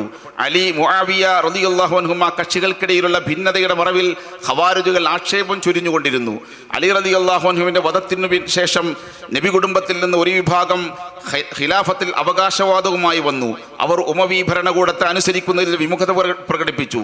അങ്ങനെ നിരവധിയായ രാഷ്ട്രീയ പ്രശ്നങ്ങൾക്ക് ഈ കക്ഷിത്വം നിമിത്തമായിട്ടുണ്ട്. ദൗർഭാഗ്യവശാൽ ഓരോ കക്ഷിയും ഓരോ പ്രസ്ഥാനമായി വളർത്തുവാൻ ഈ വിഭാഗീയതയെ ഉപയോഗപ്പെടുത്തി. ഖുർആനും ഹദീസും, ഖുർആനും സുന്നത്തും എല്ലാവരുടെയും പ്രമാണമാണ്. താന്താങ്ങളുടെ നിലപാടുകൾക്ക് ബലം നൽകാൻ അവയെ ചിലർ ദുരുപയോഗിച്ചു. ഖുർആനിനെ തെറ്റായ രീതിയിൽ വ്യാഖ്യാനിച്ചു. സുന്നത്തിൻ്റെ പ്രയോഗങ്ങളെ അസ്ഥാനത്ത് പ്രതിഷ്ഠിച്ചു. തങ്ങളുടെ വാദങ്ങൾക്ക് ശക്തി പകരാൻ തിരുനബിയുടെ പേരിൽ ഹദീസുകൾ നിർമ്മിക്കാൻ പോലും ദൃഷ്ടരായി. വ്യക്തികളുടെ മഹാത്മ്യവും ഖുർആൻ സൂറത്തുകളുടെയും കർമ്മങ്ങളുടെയും മഹത്വങ്ങളും വിവരിക്കുന്ന ഹദീസുകളാണ് ആദ്യഘട്ടത്തിൽ ഈ രീതിയിൽ ഉണ്ടാക്കപ്പെട്ടത്. ഷിഈ വിഭാഗമാണ് ഇത്തരം വ്യാജ നിർമ്മിതികൾക്ക് പിന്നിൽ. അവരുടെ വിഹാരകേന്ദ്രമായിരുന്ന ഇറാഖിൽ നിന്നാണ് ഇതിൻ്റെ ഉൽപാദനം നടന്നിരുന്നത്. ഇമാം സുഹ്രി റളിയല്ലാഹു അൻഹു പറയുന്നു, യഖ്റുജുൽ ഹദീസു മിൻ ഇൻദിനാ ശിബ്റൻ ഫയർജിഉ ഇലൈനാ ദിറാഅൻ. ഇബ്നു അസാക്കിർ. ഇമാം മാലിക് റഹ്മത്തുള്ളാഹി അലൈഹി ഇറാഖിനെ ദാറുൽ ലർബ് എന്നായിരുന്നു പേരിട്ട് വിളിച്ചിരുന്നത്. നാണയം അടിക്കുന്ന ലാഘവത്തിൽ അവിടെ നിന്ന് ഹദീസ് അടിച്ചു വരുമായിരുന്നു. ഇമാം അവർകൾ പറയുന്നു, അൻസിലു അഹാദീസ അഹ്ലിൽ ഇറാഖി മൻസിലത അഹാദീസി അഹ്ലിൽ കിതാബ് ലാ തുസദ്ദിഖൂഹും വലാ തുകദ്ദിബൂഹും. അബ്ദുല്ലാഹി ഇബ്നു അംർ ഇബ്നുൽ ആസിനോട് ഹദീസ് അന്വേഷിച്ചു തന്ന ഇറാഖുകാരോട് അദ്ദേഹം പറഞ്ഞു, മിൻ അഹ്ലിൽ ഇറാഖി ഇന്ന മിൻ അഹ്ലിൽ ഇറാഖി ഖൗമൻ യക്ദിബൂന വയുകദ്ദിബൂന വയസ്ഖറൂൻ. തബഖാത്ത് ഇബ്നു സഅദ് സഫ്ഹ 2-13. ഷിഈകളുടെ രംഗപ്രവേശം, വ്യാജ നിർമ്മിതിയിൽ അവരുടെ വൈദഗ്ധ്യം, ഇതര രാഷ്ട്രീയ പ്രശ്നങ്ങൾ എന്നിവയെല്ലാമാണ് വ്യാജ നിർമ്മിതിക്ക് ഹേതുകമായിരുന്നത്. മുആവിയ റളിയല്ലാഹു അൻഹുവിനോടുള്ള അടങ്ങാത്ത ഈർഷ്യത നിമിത്തം അവർ ഉണ്ടാക്കിയ ഒരു ഹദീസ് ഇങ്ങനെ: ഇദാ റഅയ്തും മുആവിയ അലാ മിൻബരി ഫഖ്തുലൂഹു. ഇമാം ഷാഫി റളിയല്ലാഹു അൻഹു പറയുന്നു, മാ റഅയ്തു മിൻ അഹ്ലിൽ അഹ്വാഇ ഖൗമൻ അശ്ഹദ ബിസ്സൂരി മിനർ റാഫിള. ഇഖ്തിസാറു ഉലൂമുൽ ഹദീസ് ഇബ്നു കസീർ സഫ്ഹ 109. തന്നിഷ്ടം പറയുന്ന കക്ഷികളിൽ റാഫിളയെ പോലെ ഇത്രയേറെ കള്ളസാക്ഷ്യം വഹിക്കുന്ന ഒരു സംഘത്തെയും ഞാൻ കണ്ടിട്ടില്ല. ഇമാം ബുഖാരിയും വിമർശനങ്ങളും. ഹദീസ് നിഷേധികളുടെ എക്കാലത്തുമുള്ള ഉന്നമാണ് സ്വഹീഹുൽ ബുഖാരിയും അതിൻ്റെ സമാഹർത്താവ് ഇമാം ബുഖാരിയും. ഇമാം ബുഖാരിയുടെ വ്യക്തിത്വത്തെ അപഹസിക്കുക, യോഗ്യനല്ലെന്ന് വരുത്തി തീർക്കുക, സ്വഹീഹിലെ ഹദീസ് ശകലങ്ങൾ എടുത്തിട്ട് ചർച്ചയാക്കുക എന്നിവ ഇവർ അനുവർത്തിച്ചു വരുന്ന കലാപരിപാടികളാണ്. പ്രമാണങ്ങളുടെ വിശ്വാസ്യതയിൽ സംശയം ജനിപ്പിക്കുക എന്ന ഇസ്ലാം വിമർശകരുടെ അജണ്ടയുടെ ഭാഗം കൂടിയാണിത്. ഓറിയന്റലിസ്റ്റുകൾ ഏറെക്കാലമായി ഉന്നയിക്കുന്ന ആരോപണങ്ങൾ അപ്പടി മനഃപ്പാടമാക്കി എഴുതുക, പറയുക എന്നതിലപ്പുറം ഒരു കഥയും ഇവർക്കില്ലെന്ന് വ്യക്തം. ഇവർ ഉന്നയിക്കുന്ന പ്രധാന ആരോപണങ്ങളിലൊന്ന് ഇമാം ബുഖാരി അനർബ് വംശജനായതിനാൽ പൂർണ്ണമായ ആശയഗ്രാഹ്യതയോടെ ഹദീസുകൾ റിപ്പോർട്ട് ചെയ്യാൻ കഴിയില്ലെന്നാണ്. അറബി എന്നത് ഒരു ഭാഷ മാത്രമാണ്. പ്രസ്തുത ഭാഷ വശമില്ലാത്തവർ അതിൽ പ്രവീണരാകുവാൻ അറബ് ദേശങ്ങളിൽ ജനിച്ചവരാകണമെന്ന് യാതൊരു നിബന്ധനയുമില്ല. അനറബികളായ എത്രയോ പേർ അറബ് ഭാഷയിൽ അവഗാഹം നേടുകയും പ്രസ്തുത ഭാഷയുടെ വളർച്ചയ്ക്ക് നിരവധി സംഭാവനകൾ ചെയ്തവരുമായുണ്ട്. അറബ് വ്യാകരണ ശാസ്ത്രത്തിന്റെ മഹാഗുരുവായി വിശേഷിപ്പിക്കപ്പെടുന്ന ഇമാം സീബവൈഹി അറബ് വംശജനല്ല, പേർഷ്യനാണ്. മറ്റൊരു ഗുരുവായ അബു അലിയിൽ ഫാരിസിയും പേര് സൂചിപ്പിക്കുന്നത് പോലെ പേർഷ്യൻ തന്നെ. അറബ് വ്യാകരണ ശാസ്ത്രത്തിന്റെ പ്രധാനപ്പെട്ട രണ്ട് ധാരകളാണ് കൂഫയിലെയും ബസ്രയിലെയും വൈയാകരണ പടുക്കൾ. ഇവരും അടിസ്ഥാനപരമായി അറബികളായിരുന്നില്ല. അറബ് ഭാഷയുടെ ഉന്നതിക്കും വികാസത്തിനുമായി കഠിനാധ്വാനം ചെയ്ത് എന്നെന്നും ജീവിക്കുന്ന സാഹിത്യഭാഷയാക്കി മാറ്റുന്നതിൽ നിസ്തുല പങ്കുവഹിച്ച ഉപരിസൂചിത മഹാരഥന്മാർ അറബ് നാടുകളിൽ ജനിച്ചവരല്ലെന്ന് പറഞ്ഞ് ആരും തള്ളിക്കളയുന്നില്ല. അവരുടെ വീക്ഷണങ്ങളെ മുഖവിലെടുത്തുകൊണ്ടാണ് ഭാഷ മുന്നോട്ട് ഗമിക്കുന്നതും. എല്ലാ സീമകളും ലംഘിച്ച് സുന്നത്ത് നിഷേധത്തിന് വേണ്ടി നെയ്തുണ്ടാക്കുന്ന ഓരോ അതിദുർബല നൂലിഴകളും പൊട്ടിത്തകരുമ്പോൾ താൽക്കാലിക ആശ്വാസത്തിനായി നിരത്തുന്ന മുട്ടാപ്പോക്കുകൾ മാത്രമാണ് അറബ് വംശീയതാവാദം. റഷ്യയിലെ ഉസ്ബെക്കിസ്ഥാനിലെ ബുഖാറ എന്ന ഗ്രാമത്തിൽ ജനിച്ച ഇമാം ബുഖാരി തൻ്റെ ഉമ്മയുടെയും സഹോദരൻ്റെയും കൂടെ ഹജ്ജിന് വന്നതിന് ശേഷം ബുഖാറയിലേക്ക് തിരിച്ചു പോകാതെ ഹദീസ് പഠനവുമായി മക്കയിൽ തന്നെ തങ്ങുകയാണ് ചെയ്തത്. അവിടെ നിന്ന് ചരിത്രപ്രസിദ്ധമായ തൻ്റെ വൈജ്ഞാനിക യാത്രക്ക് നാന്തി കുറിക്കപ്പെട്ടു. Medina, Syria, Egypt, Nishapur, Algeria, Basra, Kufa, Baghdad, Wasit, Merv, Rayy തുടങ്ങി മുഹദ്ദിസുകളുള്ള നാടുകളിലെല്ലാം ഇമാം ബുഖാരി യാത്ര ചെയ്തിട്ടുണ്ട്. അദ്ദേഹം പറയുന്നു, കൂഫയിലും ബസ്രയിലും ഞാൻ എത്ര തവണ പോയി എന്ന് എനിക്ക് തന്നെ അറിയില്ല. അപാരമായ ഓർമ്മശക്തിയുടെ ഉടമയാണ് മഹാൻ. ഹാഷിദ് ബിൻ ഇസ്മായിൽ റഹ്മഹുല്ലാ പറയുന്നു, ഇമാം ബുഖാരി കുട്ടിയായിരിക്കുമ്പോൾ ബസ്രയിലെ പണ്ഡിതന്മാരുടെ അടുക്കലേക്ക് ഞങ്ങളോടൊപ്പം വരാറുണ്ടായിരുന്നു. ദിവസങ്ങളോടൊപ്പം അദ്ദേഹം ഒന്നും എഴുതിയെടുത്തിരുന്നില്ല. 16 ദിവസം കഴിഞ്ഞപ്പോൾ ഞങ്ങൾ ഇതിനെപ്പറ്റി ആക്ഷേപമുന്നയിച്ചു. അദ്ദേഹം പറഞ്ഞു, നിങ്ങൾ രണ്ടുപേരും എന്നേക്കാൾ അധികമായി ഗ്രഹിക്കുകയും എഴുതിയെടുക്കാൻ വല്ലാതെ നിർബന്ധിക്കുകയും ചെയ്യുന്നുണ്ടല്ലോ. നിങ്ങൾ എഴുതിയത് ഞാനൊന്ന് കാണട്ടെ. അതുപ്രകാരം ഞങ്ങൾ എഴുതിയത് അദ്ദേഹത്തെ കാണിച്ചു. അപ്പോൾ 15,000 ഹദീസുകൾ അധികമായി ഇങ്ങോട്ട് പറഞ്ഞു തന്നു. അദ്ദേഹം എല്ലാം മനഃപ്പാടമാക്കിയവയാണ്. പ്രസ്തുത ഹദീസുകളുടെ അടിസ്ഥാനത്തിൽ ഞങ്ങൾ എഴുതിയതിലെ തെറ്റുകൾ തിരുത്തുന്ന അവസ്ഥയിലെത്തിയിരുന്നു. വിശദമായി വായിക്കാൻ ഫതുഹുൽ ബാരിയുടെ മുഖദ്ദിമ നോക്കുക. ഹദീസ് സ്വീകാര്യതയുടെ മാനദണ്ഡങ്ങളിലെ കണിശതയും ശ്രദ്ധേയമാണ്. وقال سليم بن مجاهد قال لي محمد بن إسماعيل لا أجيء بحديث عن الصحابة والتابعين إلا عرفت مولد أكثرهم ووفاتهم ومساكنهم ولست أروي حديثا من حديث الصحابة والتابعين يعني من الموقوفات إلا وله أصل أحفظ ذلك عن كتاب الله وسنة رسوله. മുഖദ്ദിമത്ത് ഫതുഹുൽ ബാരി. ഇജ്തിഹാദിന്റെ പദവികളിലെത്തിയ വ്യക്തിത്വമാണ് ഇമാം അവറുകൾ എന്നത് വിജ്ഞാന ഭണ്ഡാകാരങ്ങളായ പലരും സാക്ഷ്യപ്പെടുത്തിയതാണ്. സൂക്ഷ്മ പ്രശ്നങ്ങളെ അപഗ്രഥിക്കുവാനുള്ള ശേഷി, അറബ് ഭാഷയിലെ പ്രാവീണ്യം, ചില കർമ്മശാസ്ത്ര വിഷയങ്ങളിലെ സ്വതന്ത്ര നിലപാടുകൾ എന്നിവ മഹാനരുടെ കിതാബുകളിൽ നമുക്ക് ദർശിക്കാവുന്നതാണ്. ഹാഫിദ് ഇബ്നു ഹജർ റഹ്മത്തുള്ളാഹി അലൈഹി പറയുന്നു, ഒമൻ തഅമ്മല ഇഖ്തിയാറാതിഹിൽ ഫഖഹിയ്യത ഫീ ജാമിഇഹി അലിമ അന്നഹു കാന മുജ്തഹിദ. ഹിദായത്തുസ് സാരി ലി സീറത്തുൽ ബുഖാരി സ്വഫഹ 96. ഇങ്ങനെയുള്ള ഒരു പ്രതിപാദനനെ അനർബിയാണെന്ന് പറഞ്ഞ് അയോഗ്യത കൽപ്പിക്കാൻ ശ്രമിക്കുന്നത് ശുദ്ധ വിവരക്കേടാണ്. പൊതുസ്വീകാര്യമായ മേൽസൂചിത ചരിത്ര വസ്തുതകളെ നിരാകരിച്ചുകൊണ്ടേ ഇത്തരം വങ്കന്മാർക്ക് നിലനിൽപ്പുള്ളൂ എന്നതാണ് കാര്യം. ഇമാം ബുഖാരിക്കെതിരെ മാത്രമല്ല, സിഹാഹുസിത്തയുടെ മുഴുവൻ മുഹദ്ദിസുകൾക്കുമെതിരെ ഇവർ വിമർശനം ഉന്നയിക്കുന്നുണ്ട്. പ്രസക്തമായ എല്ലാത്തിനും പിമ്പേ വന്ന ഇമാമുകൾ കൃത്യമായ മറുപടികൾ രേഖപ്പെടുത്തിയിട്ടുമുണ്ട്. അവയൊന്നും വായിക്കാൻ അറിയാത്ത തനി നാടൻ മതവിക്തിവാദികൾക്ക് മുമ്പിൽ ഇത്തരം വിരോധികൾക്ക് എന്തും പറയാം, എന്തും എഴുതിവിടുകയുമാവാം. സ്വഹീഹുൽ ബുഖാരിയും വിമർശനങ്ങളും. ഇമാം ബുഖാരി അയോഗ്യനാണെന്ന് വരുത്താൻ ദുരാരോപണങ്ങൾ ഉന്നയിച്ച് വ്യക്തിഹത്യ നടത്തുന്ന ഹദീസ് നിഷേധികളും ഖുർആനിസ്റ്റുകളും സ്വഹീഹുൽ ബുഖാരി എന്ന വിശ്വപ്രസിദ്ധ ഗ്രന്ഥത്തെയും പിടികൂടുന്നുണ്ട്. ബുഖാരിയിലെ ഹദീസുകളിൽ പലതും വ്യാജമാണ്. ആശയങ്ങൾ യുക്തിസഹമല്ല, ഇസ്ലാമിനെ പൊതുസമൂഹത്തിനിടയിൽ പരിഹാസ്യമാക്കുന്ന ആശയങ്ങൾ ബുഖാരിയിലുണ്ട്, അശ്ലീലതയുണ്ട്, റിപ്പോർട്ടർമാരിൽ കളങ്കിതരുണ്ട് എന്ന് തുടങ്ങി ധാരാളം വിമർശനങ്ങൾ. ബുഖാരിക്കെതിരെ മാത്രമല്ല മറ്റു ഹദീസ് ഗ്രന്ഥങ്ങൾക്കെതിരെയും ഇതേപോലെ ആരോപണങ്ങൾ ഉയർത്തുന്നുണ്ട് ഇവർ. ഈ ആരോപണങ്ങളൊന്നും ഇന്നോ ഇന്നലെയോ പൊട്ടിമുളച്ചതല്ല. ഹദീസുകൾ ഏത് കിതാബിലുള്ളതാണെങ്കിലും ദീനിന്റെ പ്രമാണമല്ലെന്നും ഖുർആൻ മാത്രമേ പ്രമാണമുള്ളൂ എന്നും വാദിക്കുന്നവർ സ്വഹീഹുൽ ബുഖാരിയിൽ പ്രശ്നങ്ങളുണ്ടെന്ന് പറയുന്നത് സ്വഹീഹിനോടുള്ള ഇഷ്ടം കൊണ്ടാണെന്ന് കരുതാൻ നിർവാഹമില്ലല്ലോ. ആയത്തെ ഹദീസുകളെ ഉപരിപ്ലവമായി സമീപിക്കുന്ന രീതിയാണ് ഇസ്ലാം വിമർശകർ അനുവർത്തിച്ചു വരുന്നത്. അറബ് ഭാഷ അറിയില്ല, ഭാഷാ നിയമങ്ങൾ അറിയില്ല, സാഹിത്യമറിയില്ല, ആലങ്കാരിക പ്രയോഗങ്ങളെക്കുറിച്ച് യാതൊരു ധാരണയുമില്ല. ഒരു പദത്തിന് ബാഹ്യാർത്ഥവും ഉദ്ദേശ്യാർത്ഥവും ചിലപ്പോൾ ദ്വയാർത്ഥവും ഉണ്ടാകുമെന്ന ചിന്തയില്ല. ഉണ്ടെങ്കിൽ തന്നെ പ്രസ്തുത പദം കൊണ്ട് ഇവിടെ ഉദ്ദേശമെന്തെന്ന ആലോചനയുമില്ല. യോഗ്യരായ നിപുണരുടെ വിശദീകരണം പുച്ഛിച്ചു തള്ളുകയും ചെയ്യുന്നു.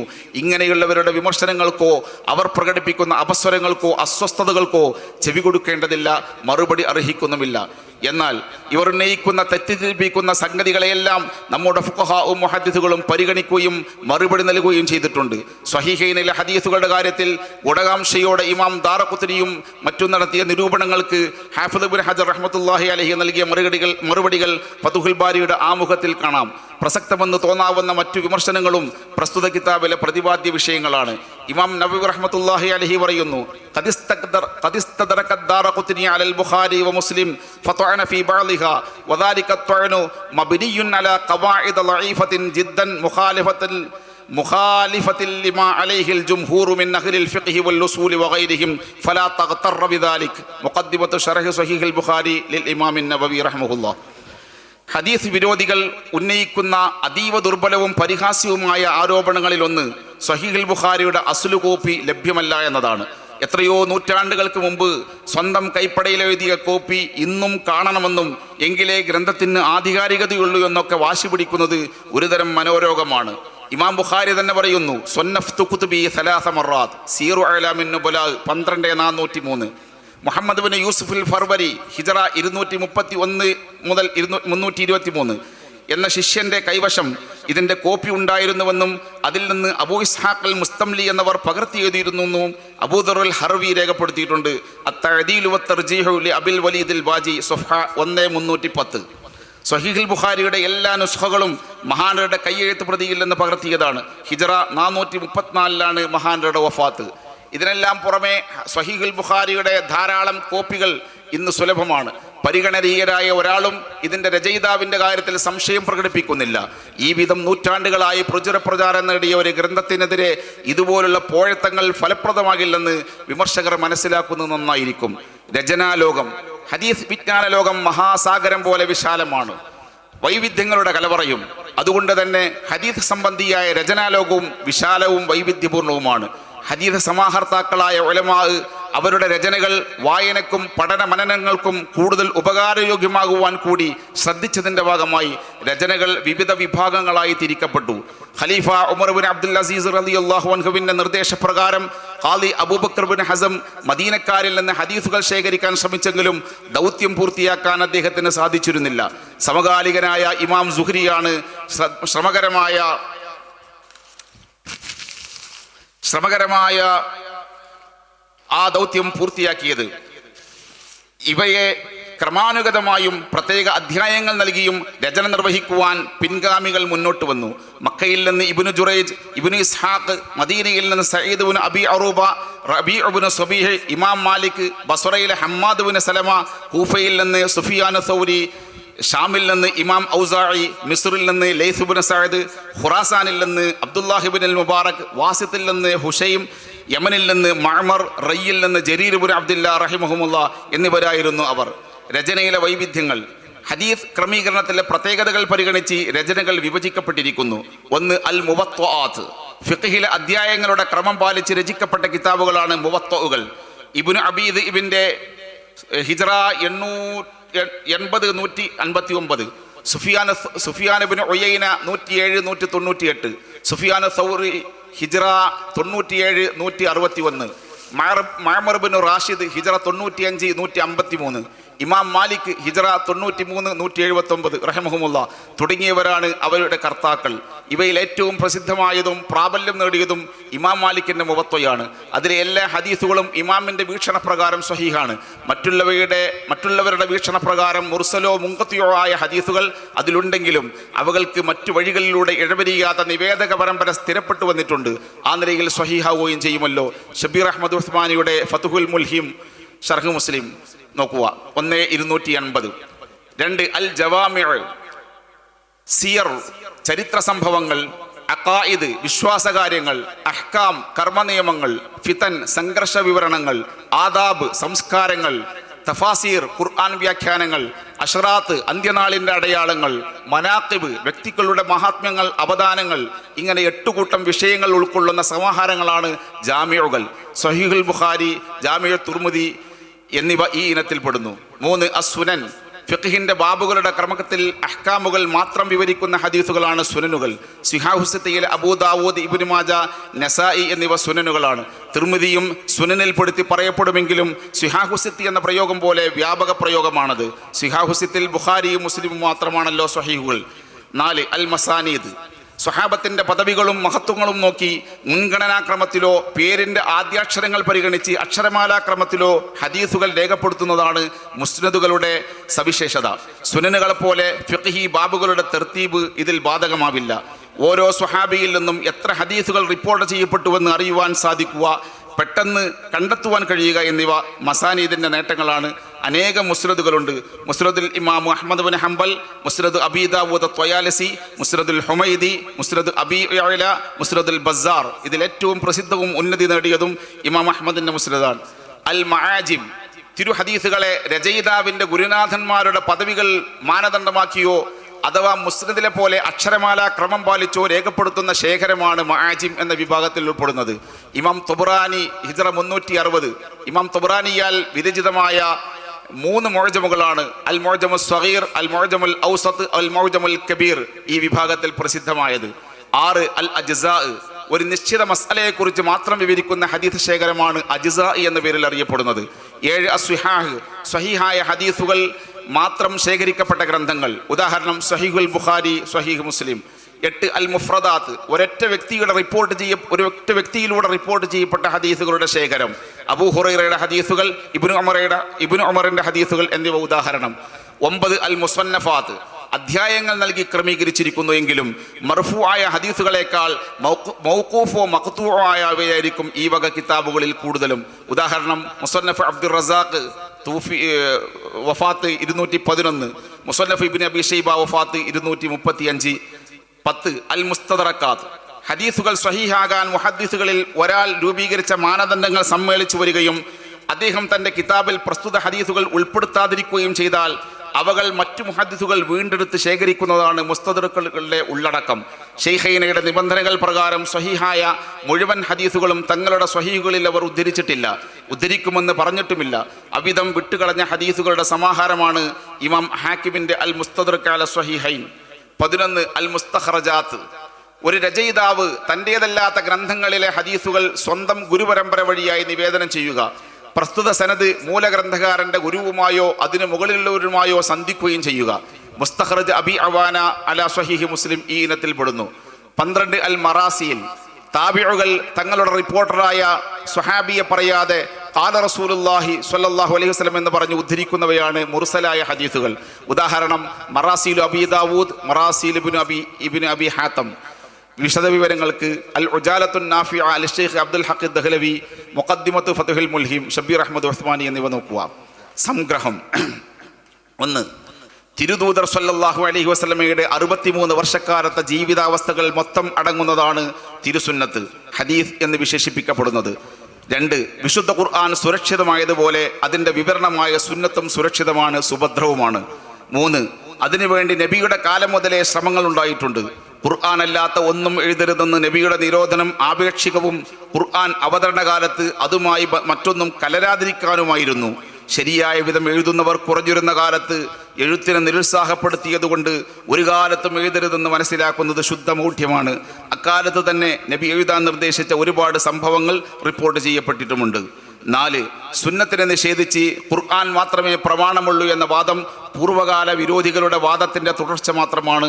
നബി സല്ലല്ലാഹു അലൈഹി വസല്ലം തങ്ങൾ തന്നെ അക്കാര്യം പ്രവചിച്ചിട്ടുണ്ട്. 5. ഖുർആൻ മാത്രമേ പ്രമാണമുള്ളൂ എന്ന വാദം അവരംഗീകരിക്കുന്ന ഖുർആനിലെ ആയത്തുകൾക്ക് തന്നെ തീർത്തും എതിരാണ്. തിരുനബിയെ പിൻപറ്റണമെന്നും എങ്കിലേ അള്ളാഹുവിനെ അനുസരിച്ചവനാകൂ എന്നും ആശയം വരുന്ന ധാരാളം വചനങ്ങൾ ഖുർആനിൽ ആവർത്തിച്ചു വന്നിട്ടുണ്ട്. 6. തിരുദൂതരുടെ കാലത്ത് ആരംഭിച്ച ഹദീസ് രേഖപ്പെടുത്തുന്ന പ്രക്രിയ മുതൽ ഹദീസ് ക്രോഡീകരണം വിവിധ ഘട്ടങ്ങളിലൂടെ കടന്നുപോയിട്ടുണ്ട്. ഔദ്യോഗികമായി ഖലീഫ ഉമർ ബിൻ അബ്ദുൽ അസീസിന്റെ പിന്തുണയോടെ ഹിജ്റ 100-ൽ ശ്രമങ്ങളുണ്ടായി. തദനുബന്ധമായി ഹദീസ് വിജ്ഞാന സദസ്സുകൾ സ്ഥാപിതമായി. ചർച്ചകൾ, സംവാദങ്ങൾ വഴി ഹദീസ് വിജ്ഞാനീയം വികസിക്കുകയും അഹ്കാമുകളുടെ ക്രോഡീകരണത്തിനായി ഫിഖ്ഹ് മദാരിസുകൾ നിലവിൽ വരികയും ചെയ്തു. 4 മദ്ഹബുകളും രൂപപ്പെടുന്നത് ഈ മദാരിസുകൾ വഴിയാണ്. അഹ്കാമുകളുടെ ക്രോഡീകരണം ഹദീസ് സുഭദ്രമാക്കുന്നതിന്റെ സുപ്രധാന നീക്കമായിരുന്നു. 7. മിക്ക അഹ്കാമുകളുടെയും പ്രമാണമായി ഹദീസ് നിലകൊണ്ടു. ഖുർആൻ ഹദീസ് വ്യക്തമല്ലാത്ത വിഷയങ്ങൾക്കായി യോഗ്യരായ ഫുഖഹാക്കളുടെ ചർച്ചകളിലൂടെ ഇജ്മാ, ഖിയാസ് എന്നീ 2 പ്രമാണങ്ങൾ കൂടി ഉരുവപ്പെടുകയുണ്ടായി. ഇന്നും ഹദീസുകളുടെ സംരക്ഷണത്തിന് കാവൽ നിൽക്കുന്നത് ഫുഖഹാക്കളാണ്. 8. ഷിഈ വിഭാഗത്തിന്റെ രംഗപ്രവേശത്തോടെ ഹദീസുകളുടെ വ്യാജ നിർമ്മിതികൾക്ക് ശ്രമങ്ങൾ നടന്നു. ഉമവി ഖലീഫ മുആവിയ റളിയല്ലാഹു അൻഹുവിനോടുള്ള വൈരാഗ്യം തീർക്കാൻ വ്യാജ നിർമ്മിതികൾ അവർ നടത്തുകയുണ്ടായി. അതിനെയും അതിശക്തമായി പ്രതിരോധിക്കാൻ ഇമാം മാലിക്, ഇമാം ഷാഫിഈ പോലുള്ള ഫുഖഹാക്കൾ മുന്നിൽ നിന്നു. 9. ഹദീസുകളെ ഉപരിപ്ലവമായി സമീപിച്ച് ആശയങ്ങളെ വികലമാക്കുകയും പ്രശ്നാരോപിത വാക്യങ്ങളെക്കുറിച്ചുള്ള ആധികാരിക വിശദീകരണങ്ങൾ ശ്രദ്ധിക്കാതെ വിമർശിക്കുകയും ചെയ്യുന്നത് അസംബന്ധവും ദുരുപദിഷ്ഠിതവുമാണ്. 10. ഹദീസ് സമാഹർത്താക്കളായ ഇമാമുമാരുടെ വിജ്ഞാനവും യോഗ്യതയും ചോദ്യം ചെയ്ത് വ്യക്തിഹത്യ നടത്തുന്നത് വിഷയദാരിദ്ര്യം മൂലമാണെന്ന് വ്യക്തമാണ്. 11. ഹദീസ് സമാഹാരങ്ങളിലെ വിഷയസംബന്ധമായും ഇമാമുമാരുടെ യോഗ്യതകൾ സംബന്ധമായും വന്ന പ്രസക്തമായ നിരൂപണങ്ങളെല്ലാം സവിസ്തരം വിശദീകരണങ്ങൾ നൽകപ്പെട്ടിട്ടുള്ളതാണ്. 12. ഹദീസുകളുടെ റാവികൾ, അവരുടെ കുറവ്, മികവുകൾ, ഭാഷാ പ്രയോഗങ്ങൾ, സംഭവങ്ങൾ, വിഷയങ്ങളുടെ ക്രമങ്ങൾ, ഘടനകൾ എന്നിവയെല്ലാം അടിസ്ഥാനപ്പെടുത്തി വിവിധതരം രചനകൾ നടത്തിയിട്ടുണ്ട്. ഓരോ ഖണ്ഡങ്ങളും വിവിധ സാങ്കേതിക സംജ്ഞകളിൽ അറിയപ്പെടുകയും ചെയ്യുന്നു. 13. ഹദീസുകളുടെ സുരക്ഷിതത്വത്തിനായി മുഹദ്ദിസുകൾ നടത്തിയ നിസ്തുലമായ പരിശ്രമങ്ങൾ ശ്ലാഘനീയമാണ്. ഒരു വ്യക്തിയുടെ ജീവിത നിമിഷങ്ങൾ മുഴുവൻ ഒപ്പിയെടുത്ത് സമാഹരിക്കുന്ന പ്രക്രിയ ലോക ചരിത്രത്തിൽ തന്നെ തുല്യതയില്ലാത്തതും ആശ്ചര്യകരവുമത്രേ. അല്ലാഹുമ്മ അൻഫഅനാ ബിഹിം വബിഉലൂമിഹിം വഅൻവാരിഹിം ബിഹഖ്ഖി നബിയിനാ മുഹമ്മദിൻ സ്വല്ലല്ലാഹു അലൈഹി വസല്ലം. ആമീൻ. അസ്സലാമു അലൈക്കും.